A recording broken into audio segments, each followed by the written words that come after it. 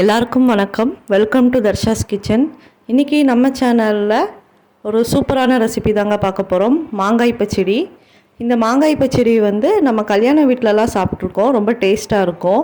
இந்த அறுசுவை கொண்ட மாங்காய் பச்சடி ரெசிப்பியை இப்போ எப்படி பண்ணுறதுன்னு பார்க்கலாம். வாங்க வீடியோக்குள்ளே போகலாம்.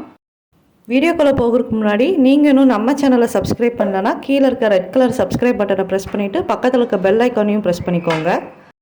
இப்போ இது தேவையான பொருள் பார்த்திங்கன்னா 3 மாங்காவை இந்த மாதிரி சின்ன சின்ன பீசஸாக கட் பண்ணி எடுத்து வச்சுக்கலாம். 400 கிராம் அளவு வெல்லம். இப்போது ஒரு கடாயில் நம்ம கட் பண்ணி வச்சுருக்க மாங்காவை உள்ளே சேர்த்திக்கலாம். இப்போது மாங்காய் வேக வைக்கிறதுக்காக 1 கிளாஸ் அளவு தண்ணி உள்ளே சேர்த்திக்கலாம். ரொம்ப தண்ணி சேர்க்க வேண்டாம், இந்த இது கரெக்டாக இருக்கும்.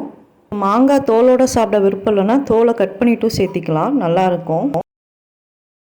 இப்போ இதை ஒரு டைம் நம்ம மிக்ஸ் பண்ணி விட்டுக்கலாம். இப்போ இது இருக்கட்டும்.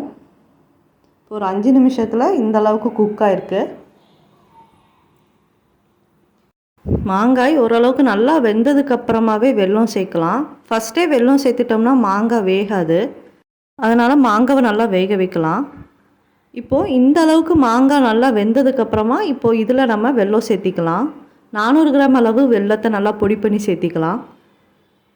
உங்களோட இனிப்புக்கு தகுந்த மாதிரி நீங்கள் வெல்லத்தை கூட்டிக்கவோ இல்லை கம்மி பண்ணவோ செஞ்சுக்கலாம். இப்போ இதை ஒரு டைம் நல்லா மிக்ஸ் பண்ணி விட்டுக்கலாம். இப்போது இந்த அளவுக்கு வெல்லம்லாம் கரைஞ்சி மாங்காய் அதிலே இருந்து இன்னும் நல்லா வேகட்டும் ஒரு 5 நிமிஷத்துக்கு. இப்போ இதில் ஒரு 1/4 டேபிள் ஸ்பூன் அளவு உப்பு சேர்த்திக்கலாம். உப்பு சேர்க்கறதுனால இந்த மாங்காய் பச்சடி ரொம்ப டேஸ்ட்டாக இருக்கும்.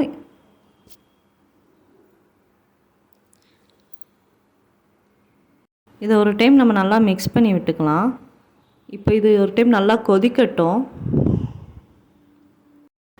இந்த மாங்காய் பச்சடியை நம்ம சாப்பாடுக்கு தோசைக்கெலாம் வச்சு சாப்பிட்டாலும் ரொம்ப டேஸ்ட்டாக இருக்கும். இந்த மாதிரி நல்லா கொதிச்சிட்ருக்க போகும்போது இதில் காரத்துக்காக ஒரு 4 பச்சை மிளகாவை கீறி இதுள்ள சேர்த்திக்கலாம்.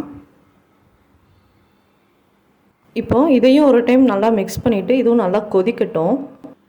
ஃபஸ்ட்டே சொன்ன மாதிரி இது ஒரு அறுசுவை கொண்ட உணவு. இதில் இனிப்பு, புளிப்பு, கசப்பு, உவர்ப்பு, துவர்ப்பு அப்புறம் காரம் சேர்ந்துருக்கு. அதனால் இந்த மாங்காய் பச்சடி சாப்பிட்றதுக்கு ரொம்ப டேஸ்ட்டாக இருக்கும்.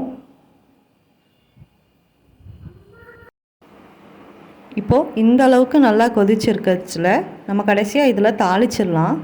தாளிக்கிற கரண்டியில் கொஞ்சம் எண்ணெய் சேர்த்திக்கிட்டு 2 வரமிளகாவை பிச்சு போட்டு இந்த மாதிரி லைட்டாக வறுப்பட்ட உடனே இதை மாங்காய் பச்சடிக்குள்ளே சேர்த்திடலாம்.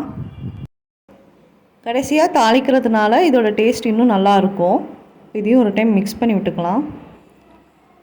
அவ்வளோதாங்க, நம்மளோட சூப்பரான அறுசுவையான மாங்காய் பச்சடி ரொம்ப சூப்பராக ரெடி ஆகிடுச்சு.